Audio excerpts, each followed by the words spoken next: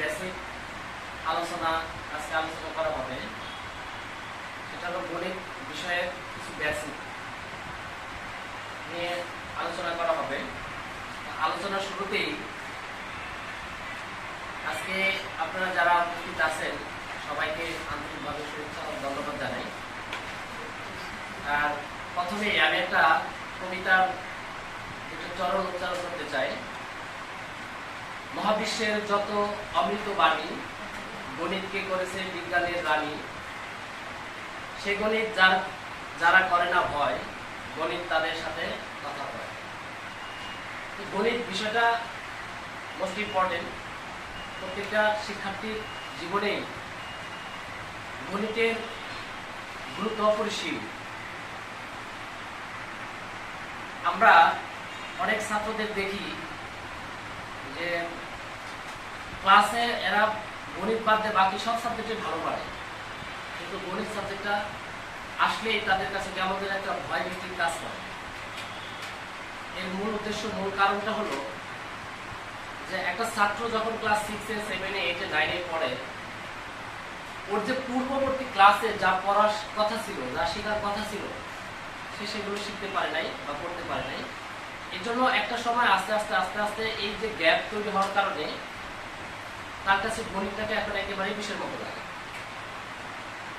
আর এই গণিতটা ভালো করার জন্য গণিতের বেসিক বা মৌলিক যে আলোচনাগুলো আছে, সেই আলোচনাগুলো বা সেই বেসিক জিনিসগুলো জানা থাকা খুবই গুরুত্বপূর্ণ। আর আমরা এখানে যারা উপস্থিত আছি ম্যাক্সিমামই আমাদের এই প্রতিষ্ঠানের শিক্ষক শিক্ষিকা, কেউ প্রভাতী শাখা, কেউ দিবা শাখা, এখানে অনেকেই ক্লাস নেন। তো গণিতের যে বেসিক ছাড়া কেউ গণিত নিয়ে বেশি দূর অগ্রসর হতে পারবে না। গণিতের বেসিক না থাকলে তাকে একটা সময় এই গণিতে স্টপ হয়ে যেতে হবে, আর বেশি অগ্রসর হতে সে পারবে না। গণিতের বেসিক জানার পর যে ফর্মুলা বা সূত্র, আমরা যে সূত্রগুলো দেখি বা সূত্রগুলো পড়ি, এই বেসিক জানার পর সূত্রগুলো, ফর্মুলাগুলো আমাদের আয়ত্ত আনা দরকার। এই সূত্রগুলো দিয়েই আমরা গণিতের যে অঙ্কগুলো আছে সেই ফর্মুলা প্রয়োগ করে অঙ্কগুলো আমরা সমাধান করি। তো এক্ষেত্রে সূত্র যেগুলো আছে সেগুলো আমাদের ভালো করে বুঝতে হবে, কিভাবে একটা সূত্র উৎপত্তি হলো, কিভাবে একটা সূত্র আসলো, সেই বিস্তারিত বিষয়গুলো আমাদের স্টুডেন্টদেরকে জানাতে হবে। যাই হোক, আজকে আমার গণিতের বেসিক ক্লাসের মধ্যে আমি এই ক্লাস 3 থেকে শুরু করতে চাই। ক্লাস 3 যে ঐকিক নিয়মের অঙ্কগুলো আছে, আমরা জানি এই ঐকিক নিয়মের অঙ্কগুলো 3, 4, 5 এই ক্লাসগুলোতে ঐকিক নিয়মের অঙ্কগুলো বিদ্যমান আছে। তো এক্ষেত্রে আমি যদি এখানে গণিতের একটা বেসিক আলোচনা করতে যাই, ধরেন আমি একটা অঙ্ক যদি এখানে তুলি, 5টি ছাতার দাম 1000 টাকা হলে 12টি ছাতার দাম কত? এটা আমরা নরমালি ভাবে জানি যে এটা একটা ঐকিক নিয়মের অঙ্ক। ঐকিক নিয়মের অঙ্ক কেন? কারণ এখানে দেখেন 5টি ছাতার মূল্য দেওয়া আছে, 5টি ছাতার মূল্য দেওয়া আছে, 12টি ছাতার মূল্য আমাদের বের করতে বলা হয়েছে। এখানে পণ্য এবং টাকার পরিমাণ উল্লেখ করা আছে। এখানে পণ্য এবং কি টাকার পরিমাণ উল্লেখ করা আছে। আমি যদি এই অঙ্কটাকে ছাত্রদের করাই আর এটা যদি ছাত্ররা বুঝে, তাহলে সেম লেভেলের অঙ্ক যতগুলো আছে সেগুলো আমার আর করার কোনো দরকার হবে না। আর যদি আমারই সেম লেভেলের অঙ্কগুলো করে দিতে হয়, তাহলে সেক্ষেত্রে আমি ছাত্রদের বোঝানোর জন্য ব্যর্থ হয়ে যাব। এই জন্য এটা কিভাবে, এটা সমাধানটা আমি কিভাবে করলে যদি সেম অঙ্ক মানে সংখ্যাগুলো চেঞ্জ করে অথবা এখানে 7-8 জায়গা অন্য যে কোনো জিনিস আসতে পারে। পরিবর্তন করে যদি আমরা অঙ্ক দেই তাহলে ছাত্র যদি কমপ্লিট করতে পারে সমাধান, তাহলে কিন্তু সে এই জিনিসটা বুঝলো, বেসিকটা বুঝলো। তাহলে এখানে বেসিকটা কি জিনিস দেখেন, এখানে অঙ্কের দুইটা অংশ আছে। একটা ঐকিক নিয়মের অঙ্কের দুইটা অংশ থাকবে, অল টাইম দুইটা অংশ থাকবে। একেবারে কম থাকলেও কয়টা অংশ থাকবে? দুইটা অংশ থাকবে। তার একটা অংশ কি দেখেন, একটা অংশের ভিতরে পরিপূর্ণ ডিটেইলস দেয়া থাকবে, কতগুলো পণ্য এবং কি পরিমাণ টাকা। কিন্তু পরের যে একটা পার্ট, সেটার মধ্যে পরিপূর্ণ ডিটেইলস দেওয়া থাকবে না, একটা ডিটেইলস থাকবে আর একটা ডিটেইলস আমাদের বের করতে হবে। তাহলে এক্ষেত্রে দেখেন, এখানে যে অঙ্কটা আমাদের প্রথমে, এই যে 5টি ছাতার মূল্য 1000 টাকা, এটা একটা অংশ, এই ডাকের এটা একটা অংশ। আমাদের এই ঐকিক নিয়মের অঙ্কের ভিতরে এই অংশটা খুঁজে বের করতে হবে। তো এটা নরমালি প্রথমেই দেওয়া থাকে, ঐকিক নিয়মের অঙ্কের মধ্যে সবসময় এটা প্রথমেই দেওয়া থাকে। আমার এটাতে এই দুটো অংশ দিয়ে অঙ্কের দাগ সাজাতে হবে। এখন প্রশ্ন হলো, তাহলে দ্বিতীয় অংশে কি আছে? দেখেন, প্রথম অংশে আছে ছাতা আর হলো টাকা, দুটো অংশ। আর দ্বিতীয় অংশে কি আছে? ছাতা আছে কিন্তু টাকা কি আছে? এই টাকাটা আমাদের বের করতে হবে।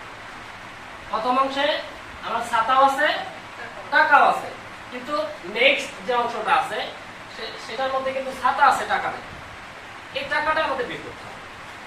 এখন ঐকিক নিয়মের আরেকটা বেসিক জিনিস, সেটা আমাদের সবসময় মনে রাখতে হবে, আমাদের কাছে ম্যাথমেটিক্স কিন্তু কোশ্চেন করে, ওরা আমাদের কাছে সমাধান চায়। কি সমাধান চাচ্ছে, কি কোশ্চেন করছে?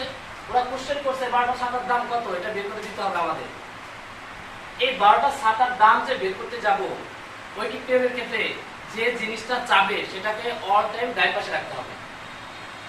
ঐকিক নিয়মের অঙ্কের ক্ষেত্রে আমাদের যা বের করতে বলবে, তাহলে সেটাকে আমাদের কোথায় রাখতে হবে? ডান পাশে রাখতে হবে। তাহলে এই ক্ষেত্রে আমাদের কাছে কি চাইবে? যেহেতু ছাতা এখানে দেওয়া আছে কয়টা? 12টা।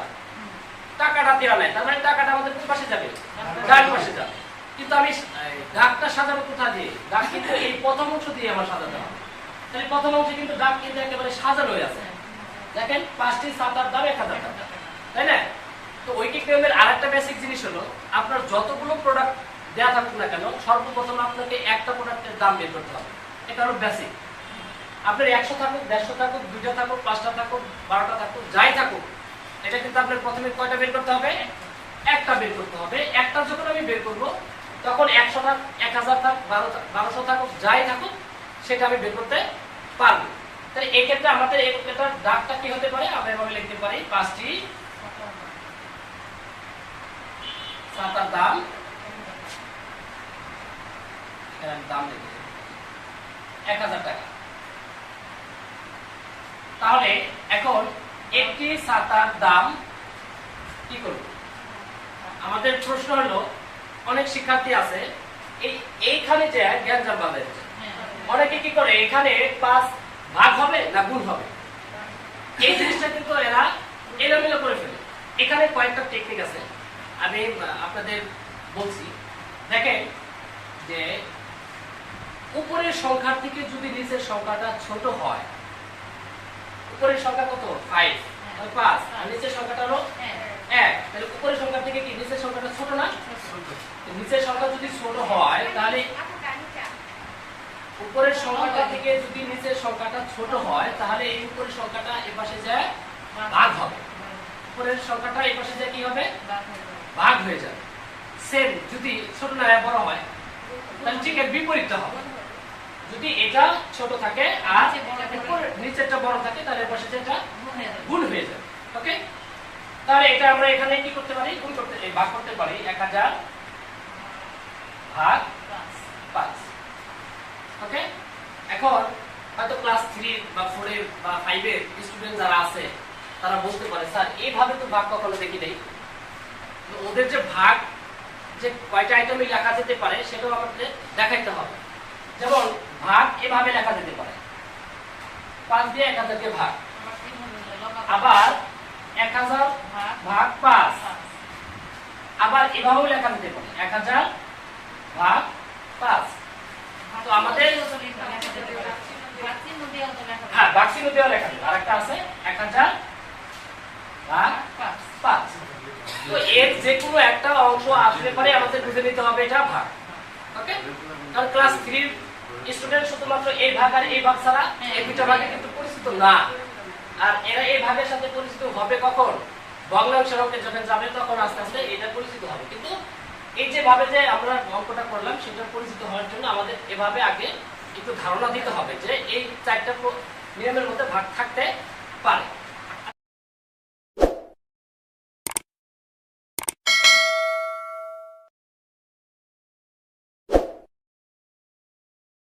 আচ্ছা, এখন একটি ছাতার মূল্য আমাদের কি বের হয়েছে এখনো? আমরা কিন্তু এখনো বের করি নাই। কেন? এই 5 দিয়ে যদি আমরা ভাগ করি, ভাগ ফল যেটা হবে সেটা হলো একটা ছাতার মূল্য। তো যেহেতু আমাদের আরো কয়টি ছাতা চাইছে? 12টি ছাতা চাইছে। আমরা একসাথে ক্যালকুলেশন করার জন্য আমরা এখানে কি করব? এখন 12টি ছাতার দাম। এখন দেখেন আমি যে উপরের অংশটুকু বলছিলাম যে উপরেরটা বড় হলে আর নিচেরটা ছোট হলে এর সাথে কি হবে? ভাগ হবে। এখন এই যে 12টা আমি কার সাথে কম্পেয়ার করব? এই 5 এর সাথে না একের সাথে? একের সাথে। আমরা এই 12টা একের সাথে কম্পেয়ার করব। এটাকে ওভারটেক করে এটার সাথে যাওয়া যাবে না। তাহলে আমরা 12টাকে কার সাথে কম্পেয়ার করব? একের সাথে। তাহলে এখন এক উপরে আর 12 হলো নিচে। তাহলে কে বড় কে ছোট? উপরেরটা ছোট আর নিচেরটা বড়। আর নিচেরটা যদি বড় হয়ে যায় তাহলে সেটা কি করব? আমরা গুণ হবে। ওই পাশে যায় গুণ হবে। এখন এই গুণের ক্ষেত্রেও ভেজাল আছে। এই গুণটা অনেকে কি করবে? নিচের সংখ্যার সাথে গুণ করে ফেলে। আর এই গুণটা অনেকে আবার উপরের সংখ্যার সাথে গুণ করে। তো আপনার আমার একটা কথা মনে রাখতে হবে যে ডান পাশে যে সংখ্যাটা থাকে গুণ করলে তার সাথেই করতে হবে, ভাগ করলেও তার সাথেই করতে হবে। দেখেন আমি যে এই 5টা গুণ করছি কার সাথে করছি? এই পাশের সংখ্যার সাথে করছি না? এখন এই পাশের যে সংখ্যাটা সেটা কিন্তু উপরে বসছে। এই 12টাও যদি আমি এখানে গুণ করি ভাগ করি এটা কার সাথেই করতে হবে? এই 1000 এর সাথেই করতে হবে। ওকে, যদি 1000 এর সাথে ভাগ হতো তাহলে নিচের সংখ্যার সাথে বসতো, আর 1000 এর সাথে গুণ হলে উপরের সংখ্যার সাথে বসতো। ওকে, আর এটার জন্য আমরা ছাত্রদেরকে লিখে দিতে পারি যে ঐকিক নিয়ম অঙ্ক করার জন্য উপরের সংখ্যা থেকে নিচের সংখ্যা ছোট হলে ভাগ হয়। আমরা একটু সাইডে নোট করে লিখে দিতে পারি। ওকে, তাহলে বেসিকটা ওরা এটা বলে দিবেন যে এটা বেসিক, এই জিনিসটা তোমার জানা থাকা খুবই দরকার। আর পরে আমরা কি বলতে পারি যে উপরের সংখ্যা থেকে নিচের সংখ্যা যদি বড় হয় তাহলে সেটা দেয়া গুণ হয়। এটা আমরা একটু ডান পাশে লিখে দিলাম স্টুডেন্টদের যে এটা বেসিক, এটা তোমাদের সব সময়ের জন্য দরকার। তো আমরা এটা কি করলাম এখন? তাহলে এটা গুণ করে দেই। 1000 গুণ 12 ভাগ হলো 5। ক্যালকুলেশন করলে যা হবে সেটাই আমাদের। ওকে, আমি ক্যালকুলেশন করলাম না এখানে।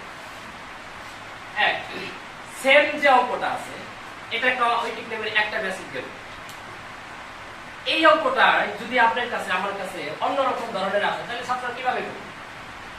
আচ্ছা, এখানে প্রথম অংশ ঠিক থাকলো, পরের অংশ যা কি করলো একটু ঝামেলা করে দিল। প্রথম অংশটা যা আছে তাই, প্রথম অংশটা যা আছে তাই। পরের অঙ্কটা আপনাদের বললো যে 2500 টাকায় কতগুলো ছাতা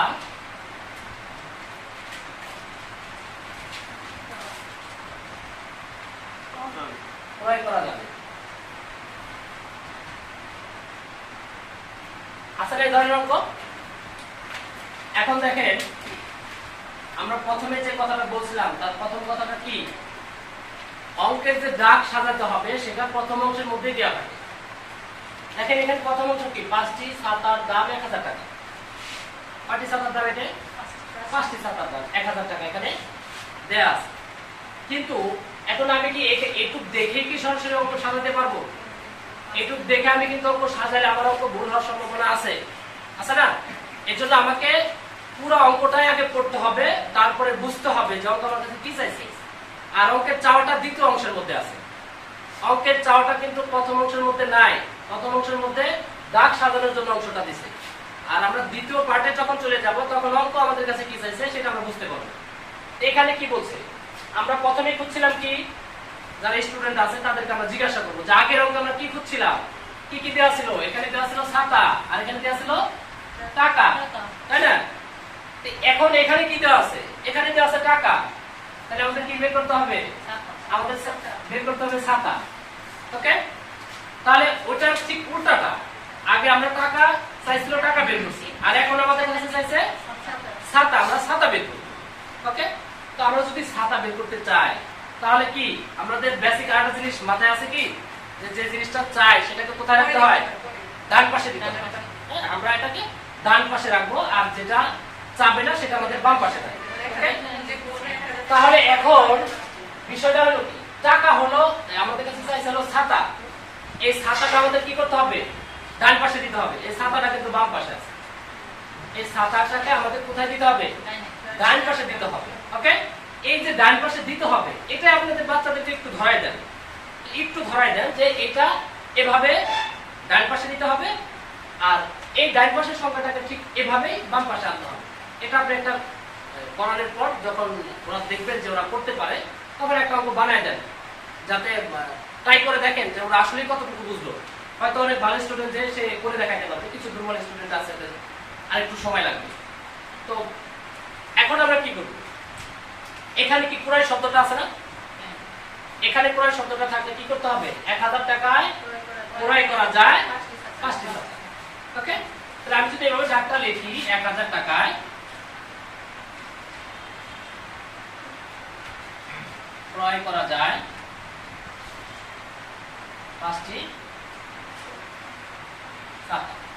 তো দেখেন এখানে যদি ক্রয় না থেকে যদি বলা যেত এই 2500 টাকায় কতগুলো ছাতা পাওয়া যায়, তাহলে আমরা এখানে লিখতাম 1000 টাকায় পাওয়া যায় 5টি ছাতা। ওকে, তো আর বাকি যা আছে সব একই নিয়ম। আমাদের এখন 1000 টাকার জিনিস আছে, আমাদের কয় টাকা ভাগ করতে হবে? 1 টাকা। এখানে টাকা থাকুক, পণ্য থাকুক, যা থাকুক, সব সময় আমাদের আগে কি বের করতে হবে? 1 বের করতে হবে। ওকে, তাহলে আমি 1 বের করে নিলাম যে 1 টাকায় ক্রয় করা যায়। তাহলে কি হবে? আমরা স্টুডেন্টকে জিজ্ঞাসা করব, এরকমটা করার সময় এই ডাকটা সাজানোর পর বাকি সব তো আমরা আগের অঙ্কে শিখছি না? তো আমরা একটা স্টুডেন্টকে জিজ্ঞাসা করি, যে ভালো স্টুডেন্ট, সে তো হয়তো আয়ত্তের মধ্যে নিয়ে আসবে। আমি তাকে এই দ্বারা জিজ্ঞাসা করলাম, বলো তো বাবু যে এখন এখানে কি করতে হবে? ও তখন বলে ফেলবে, স্যার এখানে মানে একটি ছাতার দাম, হয়তো ভুল করে বলতে পারে টাকার পরিবর্তে ছাতা, কারণ ও তো আগে ছাতার হিসাবটা করছে। তখন আপনার বলতে হবে না, এখানে তো ছাতা নাই, এখানে আছে টাকা, এই জন্য আমার 1 টাকার জিনিস সেটা বের করতে হবে। তাহলে সুতরাং 1 টাকায় ক্রয় করা যায়। তাহলে এটা উপরের সংখ্যা থেকে নিচের সংখ্যা কি ছোট, তাহলে পাশে যে কি হয়ে যাবে? ভাগ হয়ে যাবে। এই কথাগুলো প্রত্যেকটা অঙ্কের ক্ষেত্রে আপনি বলতে হবে, নাহলে ওদের মাথায় ক্যাচ করবে। কারণ আমরা একবার বলার পর যদি স্টপ করে দেই, ওরা কিন্তু এটা ধরে রাখতে পারবে না। এই জন্য আমরা প্রত্যেক অঙ্কের ক্ষেত্রেই বলে দেব, উপরের সংখ্যা বড়, নিচের সংখ্যা ছোট, থাকে কি হয়? ভাগ হবে। তাহলে এই পাশে ভাগ করে দাও। কিভাবে ভাগ করতে হবে? এই ডান পাশের সংখ্যাটা উপরে থাকবে, আর এই পাশে যে সংখ্যাটা আছে সেটা নিচে বসবে। ওকে,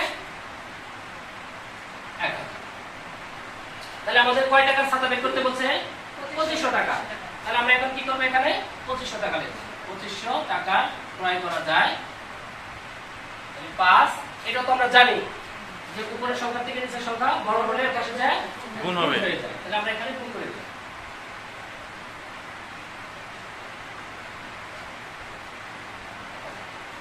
ক্যালকুলেশন করলে আমাদের অ্যানসারটা বের হয়ে যাবে।